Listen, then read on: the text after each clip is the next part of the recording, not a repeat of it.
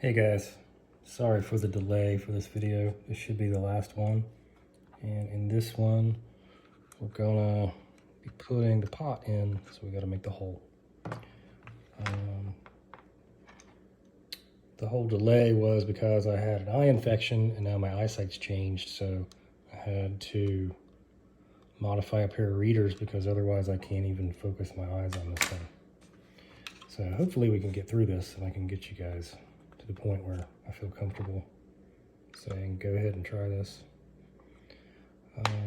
This is kind of nerve-wracking just because this plastic's kind of delicate and there's not a lot of not a lot of space in there.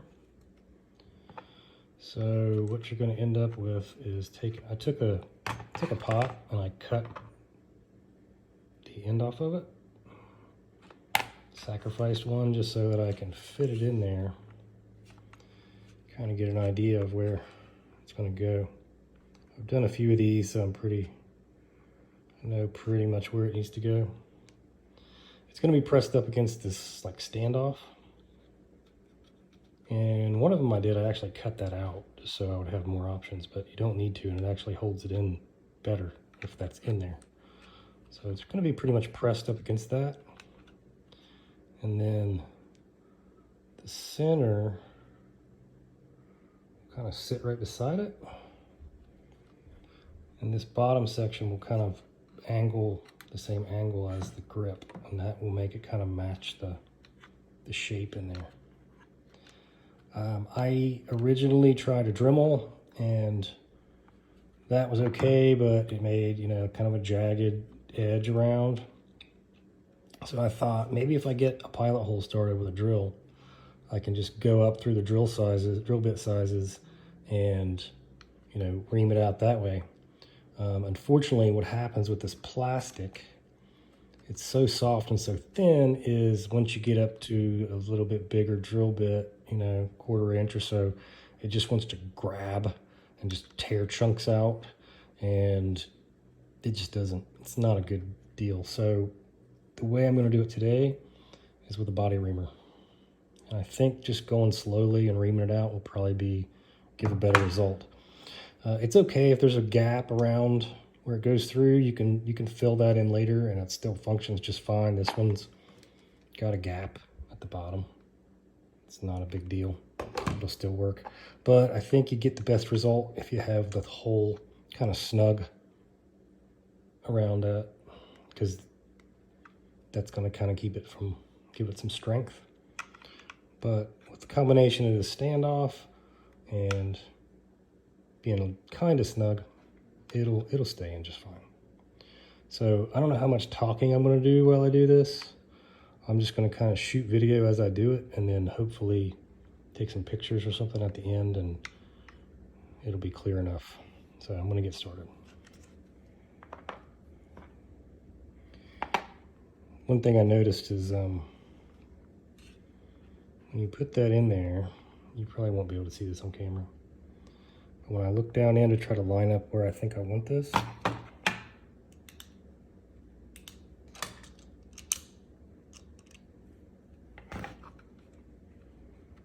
I can see that the center of the pot is kind of going to line up. You see this little circle? I think that's called an ejector pin mark or something like that. And it should be in all of them. You should have that little circle. You can kind of use that to gauge where you're going to put the hole to start it out. I think just by eyeballing it, my center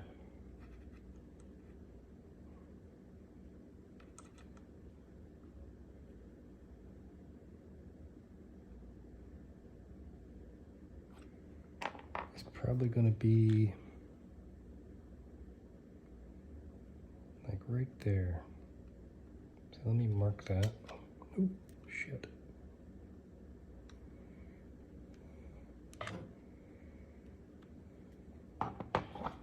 See if you can see that. Let's try this.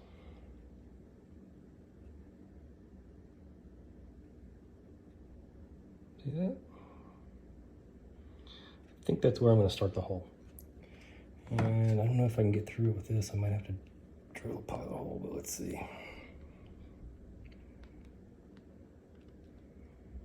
Yeah, I think I'm gonna go and I'm just gonna drill like an 1/8 inch pilot hole right there through that mark. Okay, so we now have a pilot hole drilled. And now the trick is slowly open the hole up and bore it out, checking that it's going to be where you want. And I think that's the best way to get the hole as close as possible without risking cracking or gouging this out, you know. So I'm going to get to work on that. It's probably not going to be very exciting, so I might not show any of that. So I'm pretty close now. This almost fits in. And I'm pretty happy with where it's going. One thing is when you're using this, you know, go slow. And what you can do is I need to bring the hole down a little bit. So when you're cutting, I'm only really putting pressure on that side. And I just shave off a little bit. Then I come to the other side, shave off a little bit. And I can kind of move around where it goes. And then check again. And that's pretty darn close to where I want to be.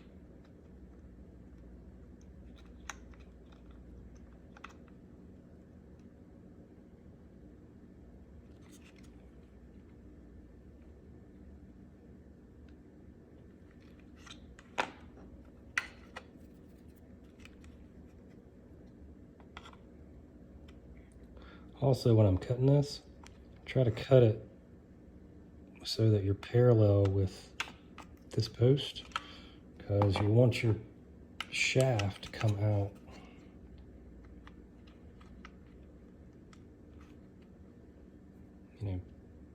this way, perpendicular this way, and then, not all wonky.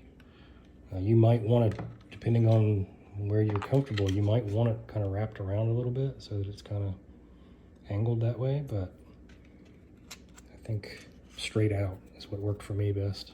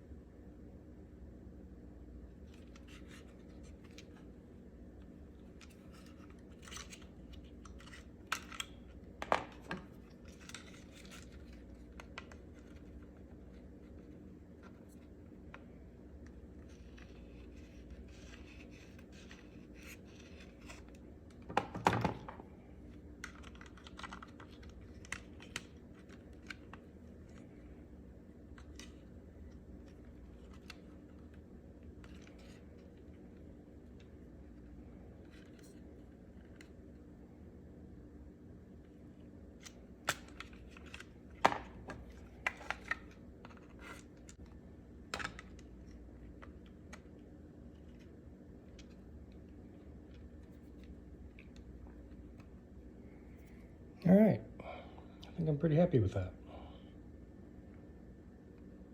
Pretty much get it straight, coming straight out in all directions. So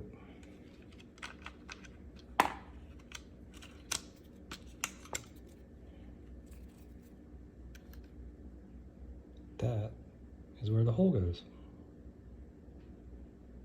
And it goes almost up to the post, the standoff. There might be like a millimeter. And then it comes down like that. And that way you have enough room so that you're not interfering with that button. So that is what the hole looks like. And that's where it should be. Approximately. You got a little bit of wiggle room. And like I said, if you want to take that standoff out, it doesn't actually hold anything down. It's just kind of there as a support. There's no screw that goes in it. So if you want to, or you accidentally break that off, it's not the end of the world. It'll still work. And if you take that out, you kind of got some more room up there. What I found is that spot right there gives me enough room that I can completely roll it back and forth. My thumb doesn't hit the top. If you go too high, your thumb will hit, and then you'll get stuck, and you won't be able to get a full, free throw like that. So that is how to make the hole. Now that I have this, I did this in the past and I lost it. But what I'm going to do is, oops, I'm going to take a little piece of paper and I'm going to do my best to punch a hole and put that on it, and then like cut around, and then, you know, make a little paper template so that I can make copies of it and send it out to you guys if you need it. I think if you watch this and you just take your time and use the body reamer method, you'll be fine. If you go at it with a power drill, good luck, because there's a chance you'll just make a mess in here.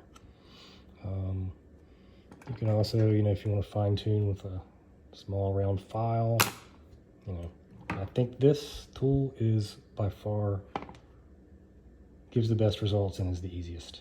This literally took me 10 minutes, maybe 15, and I was pretty much taking my time. So, okay, so to save you guys some headaches and time, I went ahead and created a little paper template. It's pretty close, it's not exact, but you know, get you right to the right spot. And what I'll do is I will have my wife scan that. Make sure that when we print them out, they're at 100%. Send a few with the kits, and then you guys will be able to cut it out, stick it in there, and know pretty much where to make the hole. Should save you, you know, some time and guesswork. Try to make it as easy as possible for you guys. And now it's time to glue. And you're gonna laugh maybe, but the best thing that I've found to glue that in is this 20-year-old cheapo glue gun. And you can get these for, I saw one in Walmart for like 10, 15 bucks. And you want to make sure you get one that has a pretty small tip, because you're going to be gluing down in the cracks and crevices. And if it's too big, you're just going to make a mess. Now, why hot glue? The main reason is if you mess it up, you can pick it all out and fix it. If you use like CA or epoxy or Gorilla Glue or something, you're not going to have such an easy time undoing a mistake. And so far, it's held up really well. I have not left this in a hot car, which I wouldn't recommend anyway with any radio or any of your stuff. But I do leave it in my hot garage, and I'm in South Florida, so it has not melted or moved or anything. So durability wise, I think the hot glue is just fine. It's not going to just flake out on you. I do have one of these out with 2F MRC. I've seen it in a couple of videos, so I know he's been running it. I haven't talked to him, but I'm going to get back with him and see what his long-term thoughts are on this, to kind of see if he thinks it's worthwhile and all that good stuff. So I'm thinking hot glue is the way to go. If you want to use something else, good luck. Not saying it won't work, but you could easily just make a big mess. So there's kind of an order that I do it in, and I do it for a reason, and I'll show you that as I'm doing it.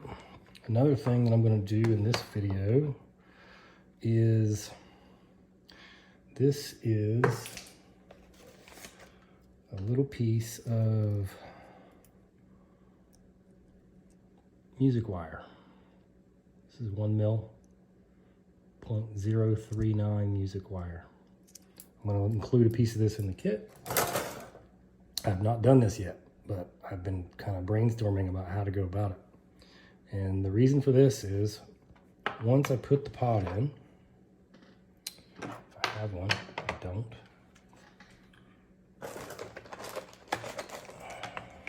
Once I put the pod in, I'm going to drill a little hole right beside it. I'm going to slip this through so that it sticks out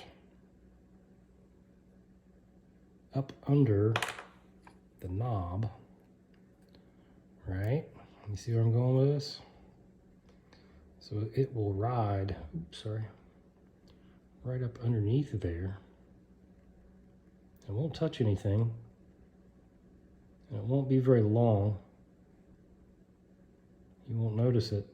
What that'll let you do is use the same hot glue and glue a couple of little stops in there. Because I think this thing rotates, what does it go, 300 degrees? And what I found is, centered, I got this little, look at the little mark straight up. It goes pretty far. That's like 270, 300 degrees. I don't know how far it is, but it's kind of a long reach for your thumb. You can't do it in one motion. And I would kind of prefer it to be 90 and 90, kind of like, boom, full lock, and it would just kind of make everything work a little better. Unfortunately, the selection of potentiometers is not very good if you want a center detent and you want it in this size with this feel. So the only one I could find was like 300 degrees.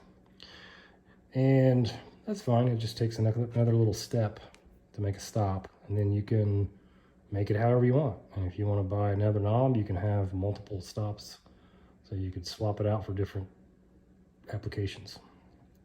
For really technical competition rock crawling, you might want to have that because it gives you really precise rear steer. For just, fun and casual stuff, you might want to just be able to whip it back and forth like that, because one technique that I've found that works really well with rear steer, if you have it like this, is whenever you're going up an incline and you're like scrubbing your wheel back and forth and you just can't find that traction, you can't find that bite. If you kind of just steer where you want to go and start scrubbing back and forth, your back wheels will get that bite just by kind of just hunting for it like that. And then you only need that inch or two, and then all of a sudden you're going up the trail. So that's why I'm going to take the extra step and put in a stop. Okay, so the first thing I like to do when I'm getting ready to glue it is I go ahead and put the knob on. And so I had it centered, put the little arrow at the top. That doesn't have to be perfect right now. But what I want to do is make sure that I can get everything lined up the way I want. because that's kind of how it's going to sit in the end. And then I don't know how good of footage I can do this with only 2 arms. But what I'm going to do is I'm going to get it kind of close. You know, I'll just hold it with my fingers like that. And then I'm going to put some glue in. I don't have this turned on yet. I'm just showing you guys where I'm going to put it. I'm going to put some glue probably up under here, up in the top. Let me do this. Up under here on that side, and all up in here, and kind of fill that gap, and then a little bit back here. But I'm not going to go crazy with it on the first go. I just want to get enough to hold it in place while I put the rest of the glue in. When you put this hot glue in, you're going to have like a couple minutes where it's still kind of soft and you can move it. So you just want to get some in a couple key spots to like hold it where you want it. So get some in there, you know, when you're close. So that will be the process. You're going to get it close to where you think you want it, and then put some glue in that corner, put some up under this side, and then maybe a little dab right here. For reasons you'll see soon, I'm going to leave this whole side here without glue for now.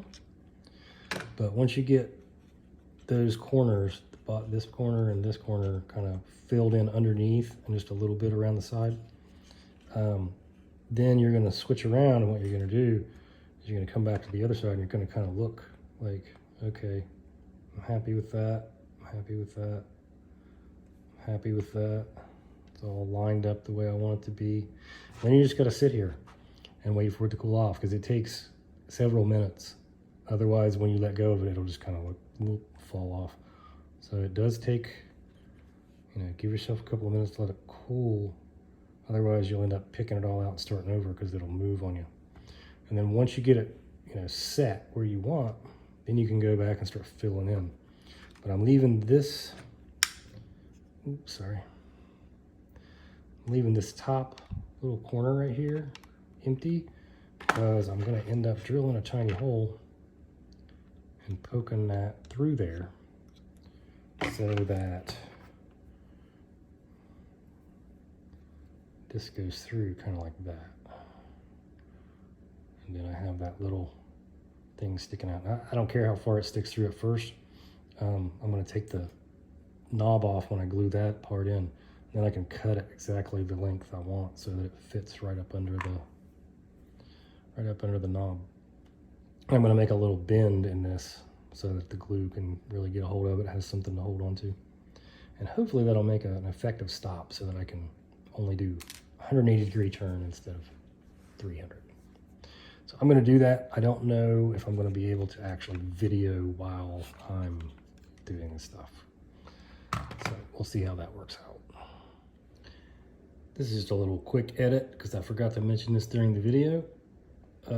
Before you start test fitting and gluing in, these long prongs on each side need to be bent down. You can just do it with your fingers.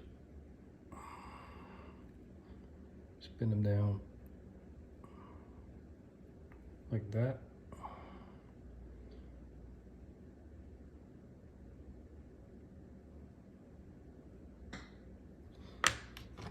Otherwise, they stick up just high enough that they'll hit the board or the connector here. When you're putting the glue in, kind of be mindful that there is stuff on this circuit board. So you got some room, but over here you have a little vibrator thing and the buttons are up there. So kind of take a look at how that fits in there. So don't forget to bend those down, otherwise it'll hit and it won't sit right.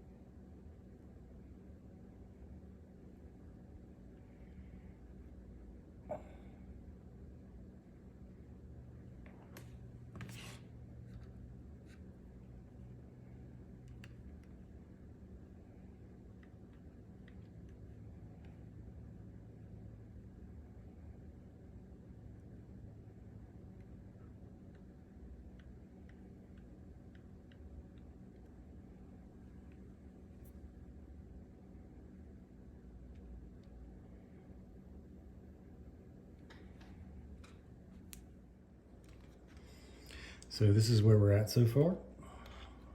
We got the pot glued in and the stop glued in, and the board fits. So I'm happy with that. A couple of things to note are I do not put any glue down here. See that? No glue around the button, because this button actually overhangs a little bit, and if you put pretty much any glue down there, I might be brave and try to squeeze a little bit right there, but I don't think it needs it. It's good. I'm not gonna do that. So this is all completely clean. That button will completely, not be stuck with a big glob of glue over the edge. The other thing is, this seems like it's gonna work so far. I did use a 1 mil drill bit and drilled it up by hand. What else? I think that's it.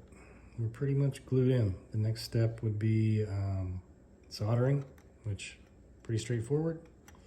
And then trimming this back until I get just the right height. And then putting little stops in the knob. And that'll have to wait for another video, unfortunately.